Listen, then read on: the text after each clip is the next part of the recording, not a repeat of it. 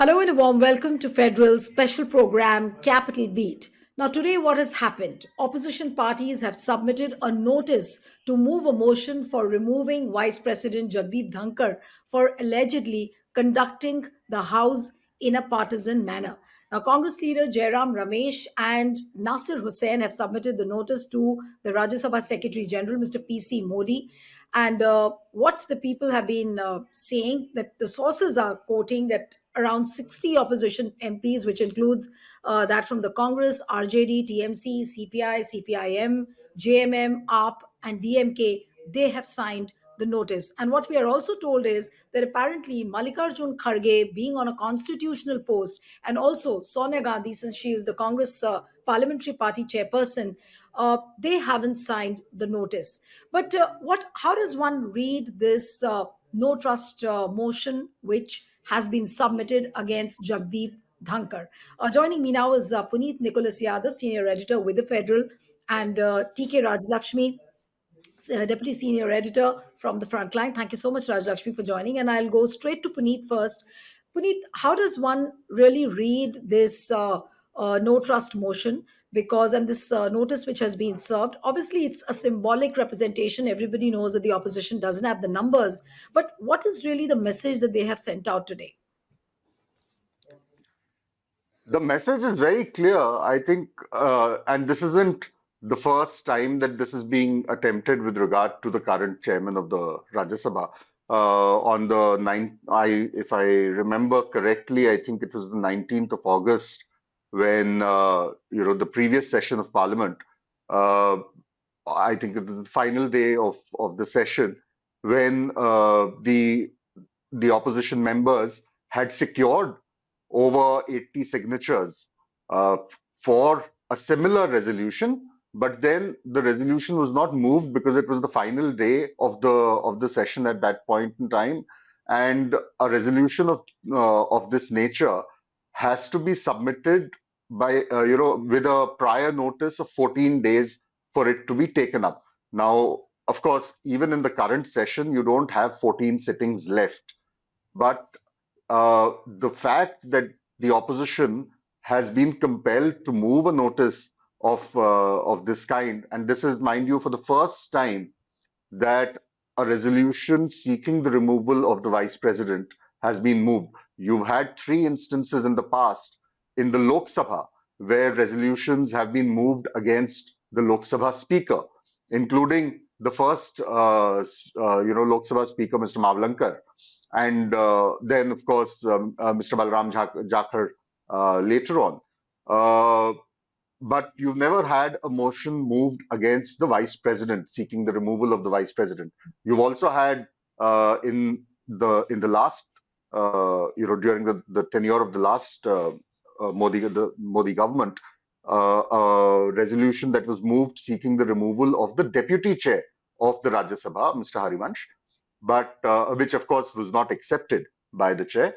But this is, as I said, the first time that a motion for the removal of the vice president, who is also the ex officio chairman of the Rajya Sabha, has been moved. So, what it suggests is, and given the factors I mentioned, 14 days notice period and all of that, is how the opposition, and I believe Mr. Jairam Ramesh said this as much, that there was just no option left before the opposition to have its voice heard, and to kind of compel the chairperson that to listen to the opposition, to allow them to speak in the house. We've seen, and I believe, you don't have to be a journalist, an expert on parliamentary conventions, on parliamentary proceedings. Even a lay person who watches parliamentary proceedings will be able to say, unfortunately, that the current chairman of the Rajya Sabha conducts the proceedings of the House in an explicitly partisan manner. And that is, I'm told, what the resolution also says. It says that it mentions the explicitly partisan conduct of proceedings by the Rajya Sabha chairman. It gives out details of specific instances where they're saying that this is how and if I recall the phrase correctly, at one point in the resolution it even calls uh, it even mentions that the chairperson has taken it upon himself to be the spokesperson of the government. Now, these are, of course, very damning allegations, but it's something that the Rajya Sabha chairman has brought upon himself by the way he conducts the proceedings of the House. We've all seen how one after the other he will either allow BJP MPs and NDA MPs to kind of compromise on every parliamentary convention and rule in their bid to attack the government. And on many occasions, when he himself takes it up, he takes it upon himself to attack the opposition. Uh, Most of the time, even more vocally than the Treasury benches. Right. So that is what this resolution is all about. Everybody knows they don't have the numbers, uh, but it is a statement Right. that It's a statement, it's a this symbolic it protest, can't surely. go on like this. Yeah. Puneet, one little clarification that there are various media reports which are saying that Sonia Gandhi and Mallikarjun Kharge have not signed that notice. Any special significance to that? Not really. See, the point is this is a resolution that has been moved by the India bloc parties. Even the Trinamool Congress and the Samajwadi Party, who currently, in the current session, haven't seen eye to eye with the Congress on a few issues, have signed this resolution. Uh, Mr. Kharge, I'm told, has not signed it primarily because he's the leader of the opposition and it's out of deference to the post that he holds that his signature is not there. But I mean, we don't know whether this resolution will be taken up for discussion at all in the remaining part of the winter session because there is that stipulation of a 14-day notice, which will not be met because you have just another 9 sittings left of the current House, including that special sitting of Saturday, coming Saturday when the constitution debate has to take place. Yeah. And so, in all likelihood, this will be carried forward to the budget session of Parliament. Now, again, it depends on how the chair reacts to it because there is no precedence when it comes to a resolution of this sort, as I said. So we Puneet, do not know. right. No, but since Yeah. they've already submitted the notice, now what is going to be the action plan tomorrow as far as the Rajya Sabha MPs are concerned? Will they boycott the House? Now, I mean, will they be present? Will they take up the issue? Will they protest in a similar manner since it's unprecedented? Nobody has seen it. But after the notice is served, what is going to be the plan of action as far as the opposition MPs are concerned? Did they have any meeting in the afternoon once the notice was served? No, well, see, as far as the proceedings are concerned, the sense within the India bloc is, from what I am told, that they will go to the House. But then the point here is not whether they will attend the House, whether the House will be disrupted. If you see the last few days, the disruptions have been triggered from the Treasury benches, often with the approval and even provocation of the chair. That is the whole reason behind this resolution. We saw that happening today. We saw that happening yesterday. It's the chair that is allowing or creating a situation that allows disruptions. Uh, One of the instances mentioned in the resolution is the specific case of yesterday, where you had again the I mean, although it's not restricted under the rules, but you had a rare occasion of Treasury MPs, 5 of them, submitting adjournment motions, to discuss this whole bogey of the Sonia Gandhi and George Soros link and attempts to destabilize India and whatnot. And while the chair rejected those notices, he subsequently allowed 2 of the MPs who had moved those notices to speak specifically on this issue, Kavita Patidar and Lakshmikant Bajpayee of the BJP. both of them were allowed to speak on an issue which the chair had already rejected. And it was pointed out to the chairman that, as per the rules, and there were points of orders that were raised, that once you have rejected the notice, the adjournment notice, how are you allowing the MPs to speak on that particular subject? And so True. it's not about whether there will be. I'm quite sure that there will be disruptions again tomorrow. There will be that situation. I No, but think the more before important. asking the question, Puneet, that I was just wondering that a Rajya Sabha chairperson against whom this kind of a resolution has been moved, how will he face the House? I mean, are those So questions that which is we should not get precisely. So on that that? is precisely what I was about to say. The question is not whether or should not be whether the House will be disrupted again tomorrow. The question here should be How will he that face the House? should the chairman against whom a no confidence motion has been moved, the first ever chairman of the Rajya Sabha to face the ignominy of a no confidence motion, or a resolution seeking his removal being moved against him, should he be presiding over the proceedings till the time this resolution is discussed? Right, And it is right, for him to reflect and right. introspect. He keeps giving this advice to the opposition MPs that you need to introspect, you need to think Hmm. what you're doing to democracy. I think today and the next 9 sittings of the current session are days for the Rajya Sabha chairman to reflect and introspect on what he has been doing ever since he assumed that high office, and whether he should continue in the same vein, and more importantly, whether he should, preside over the proceedings while this resolution is pending. Yeah. No, but you raised a valid question that should he be presiding over the House tomorrow? And it's part of the constitutional propriety that if he's facing a resolution like that, so, Raj Lakshmi, I'll come to you now. Uh, Yeah, sure. is he going to really preside over the House tomorrow? We don't know. I mean, we haven't No seen doubt. a situation like this never before. Yeah. Yeah, yeah, yeah. I mean, I don't see things are going to turn out any different. He's going to perhaps conduct himself, I mean, in a very similar manner tomorrow and in the days to come, because he would obviously be smarting from, I mean, from this insult, because I mean, it's a good number of MPs, Who knows? He even could be though more belligerent tomorrow, more vociferous.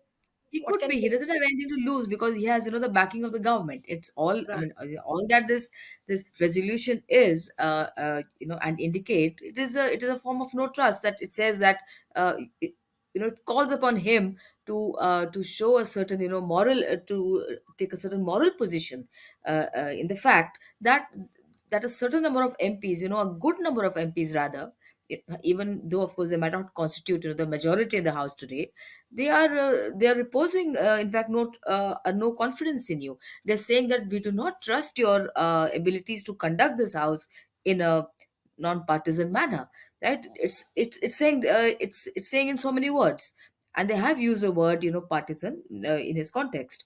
But the thing is that it is up to him. I mean, to at least, I mean, if I were him, perhaps I would feign a lot of outrage, and I would at least make a show of putting in my papers or whatever, and then of course, to be cajoled back by the treasury benches to stay on, etc. I mean, these No, things but are since are that's what has happened so far. At least I haven't read yeah, it. I hope I haven't missed yeah. it out. But Okay. what you are saying, the probability of Yeah, that, do you think yeah.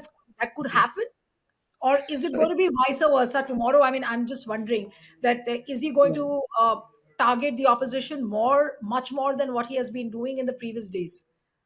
Yeah, because nothing prevents the treasury benches from acting more aggrieved than they should be. In fact, they are the ones who are on the back foot when this entire thing blew up in their face, because there are serious allegations in the Adani indictment charge, because there are people in India who are involved in it, accused of taking bribes. Now it is for the government to clear the air. We have an Indian businessman who is involved. We have a US court that has indicted him. So it's not something very frivolous, that the government can sort of dismiss and pose it. I mean, to have a counter charge, and say that Soros is funding the opposition to destabilize India. Now, these are very serious charges. Now, if you accuse, a principal opposition party of destabilizing the country, and that too in parliament, you should in fact jolly well substantiate it. I mean, in fact, I think the Congress has every right to file a defamation suit against all the people who have made such allegations. As far as Adani indictment goes, it's a U.S. court which has indicted him. And there are Indian officials who are involved. I mean, who are sort of allegedly involved here. It also involves issues of the financial integrity of a country. So all these things are important and interlinked, rather than a hypothetical charge that the opposition is sort of destabilizing the country. And here, things terms like traitor, etc., have been used. So these are not small allegations. These are in fact really damaging allegations to be made against opposition. And any responsible government, which has a strong representation parliament, should not be even seen doing this. I mean, it's quite shocking. And here we have, of course, the speaker, the chairperson of the Rajya Sabha, who's sort of allowing these things to happen. He's allowing these MPs to use such terms without even sort of censuring them, even in the mildest form. And in fact, as Puneet said, encouraging them by allowing their notices, and by disallowing so many notices under 267. So this partisan thing has absolutely come out in the open. And I think the redeeming part is that the India bloc is getting its act together again. I mean, they have regrouped on this issue, and they have sort of decided to at least make again. It's a symbolic point. It's a Right. symbolic effort. I mean, it can't really reach any logical No, but conclusion, you're because of right. notice period. Yeah, Yeah. but as far as India Alliance is concerned, it does come as a ray of hope because now all the parties, at least on this particular issue, they have bandied Yes. together. They're all together. But Puneet, I would want to ask you on this entire connection with George Soros. Now, how far will it go? Now, today, Supriya Shrinate had conducted a press conference. Pawan Khera also has tweeted that Prime Minister's advisor and secretary to the Government of India, Dr. Shamika Ravi, received a grant from the Open Society Foundation, which was funded by George Soros. And Congress has made that into a big, big issue. Now, will that put BJP on a back foot, and then we could see, some kind of a mitigation on this George Soros connection, which has actually dominated both houses of parliament? No, well, I really don't think that, the Congress's countercharge, and it's not just about Shamika Ravi, who, by the way, also happens to be the daughter of the Tamil Nadu governor. Uh, it's not just her, or in fact, if you look up the records, even Mr. Jaishankar, the External Affairs Minister, even his son, the organizations he works with have also received funds from the foundation. I believe it's called the Open Foundation or something like that. That's Right. run by Mr. Soros. Even Mr. Jaishankar's son has received funds from there. But I don't think the BJP is a very brazen organization, a political party. It doesn't matter to them. Uh, See, ideally, if you look at it from, as TK was saying, these are extremely grave allegations that the BJP is leveling. To accuse the principal opposition party of the country, and a party that has been in power for close to 60 years, of being in cahoots with anti-national forces, of trying to destabilize the country, its economy, its social fabric, and all of that. These are very, very serious allegations.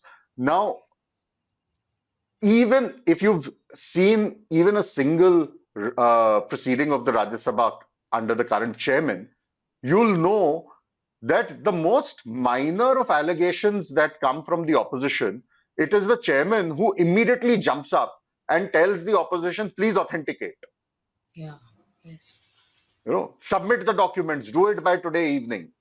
True. That is how he reacts to the opposition. It has to be done by the evening, otherwise your remarks will be expunged.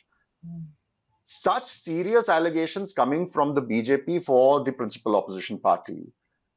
Not once has the chairman asked the leaders from Mm. the, including the leader of the house, Mr. JP Nadda, who for the last 3 days has been given a free pass by the chairman to attack the opposition on this. Not once have they been told to substantiate, to authenticate what they are saying. And the funny part of it is that the report, based on the report on which these people are making these allegations at the Congress party, media part, the organization whose report they are quoting, has said Mm. that the BJP is spreading But then, misinformation and fake news. We have not said anything of this sort. Yeah. So, what are you going to substantiate? How do you substantiate something where the original source of your information has said that you are spreading fake news? But has that discouraged the BJP over the last 2 days from saying whatever it's been saying? It hasn't discouraged them. So how do you expect them that just because, if anything, the BJP will be even more aggressive now because the Congress has said that what about Shamika Ravi? What about Mr. Jaishankar's son? So I don't think the BJP is going to kind of even ask for some kind of truce with the Congress on this issue. Uh, and with a chairman like Mr. Dhankar, I'm certain that even if, first of all, this matter will never be discussed in Parliament. The Treasury benches will not allow it. The opposition will also not fall for it so easily, Yeah. or it shouldn't at least. But if at all it comes up for discussion, you can take it in writing from me that the moment the opposition benches raise the issue of Ms. Shamika Ravi or Mr. Jaishankar's son, it will be the chairman. Unfortunately, it will be the chairman who will be the first person to get up and say, please authenticate. And then there will be ruckus created from the Treasury benches and the House will be immediately adjourned. True. And those remarks will be expunged from the record. That has been the modus operandi, the standard operating procedure that we've all been privy to over the last 2 years. So the BJP will see the priority for the BJP is to avoid any kind of a discussion on the Adani matter, using whatever tools they have. And this whole Soros bogey is one of those tools. And unfortunately, the chairman of the Rajya Sabha is the other one. All right. So, Rajlakshmi, what would you really say towards the end as to what does one say of this entire situation, the way it's unfolding? We don't know how the things will yeah. be panning out tomorrow, but what would you really say to this entire no trust motion against Dhankar, and what next for Dhankar?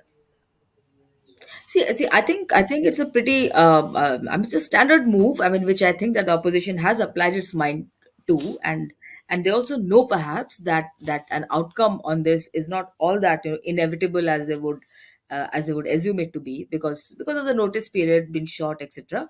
And that but to create an atmosphere around this issue, and also to pin down Mr. Dhankar on this, that you've been partisan all along, and it's high time that we took serious notice of it.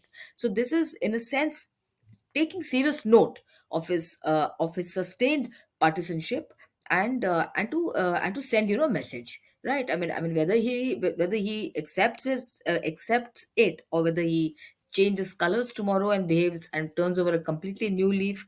I do not have that much hope on it. I mean, who knows? He might just be more belligerent and might say, well, now I'll show you my true colors. Now I'll be really partisan. Okay, I've been objective all along. Now I'll be really No, partisan. I'll but show do you you. think, there was another option? I was speaking to somebody on the phone in the afternoon. They said that, if good sense prevails, and that person was from the opposition. So they said that if the good sense prevails and, he might, look for rapprochement with the opposition, he might call them for a tea party. So maybe, Yeah. this resolution might not be moved. So I don't know how far that's correct. I mean, can there be some sort of a retraction on this, or no scope of it further? I, I don't think so, Nilu, because Okay. strong words have been used Yeah.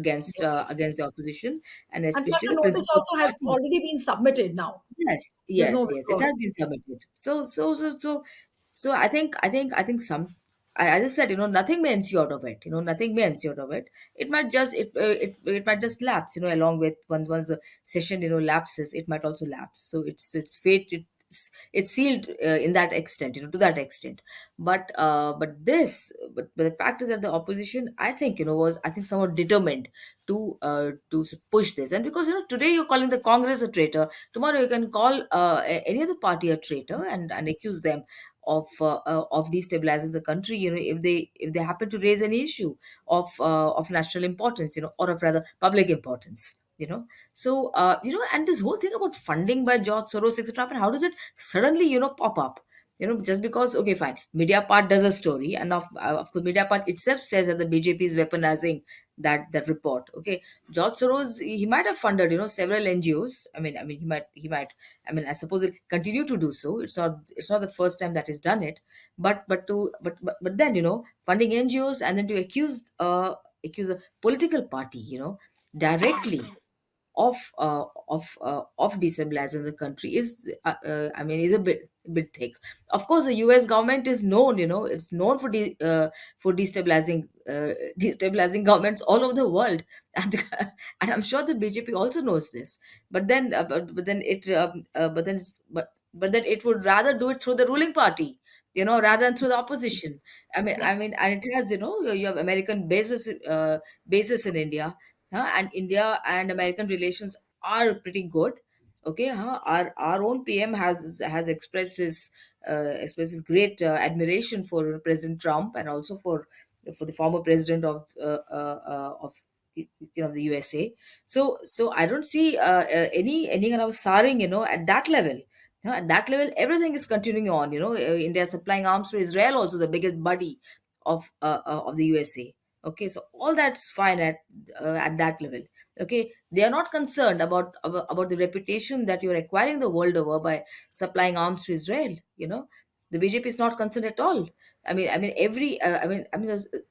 so much of outrage, as to what's happening in Palestine today. Okay, and here the opposition has also taken a position, on what's happening in Palestine. Unlike our government, right? Right. So In so fact, so. if you look at the words coming out from the opposition camp, in fact, they have been very empathetic. They said that they feel sad, they feel pained while moving this resolution. And in fact, I was listening to Sagarika Ghosh, Mm, who's the Trinamool Congress Rajya Sabha MP. mm, She said that there's nothing personal against Mr. Dhankar; it's against. So we'll have to end it here. Thank you so much, Raj Lakshmi and Puneet. mm, And one appeal to the viewers who are watching this discussion: mm. subscribe to our Sure. channel, send us your feedback, and stay tuned to the Federal.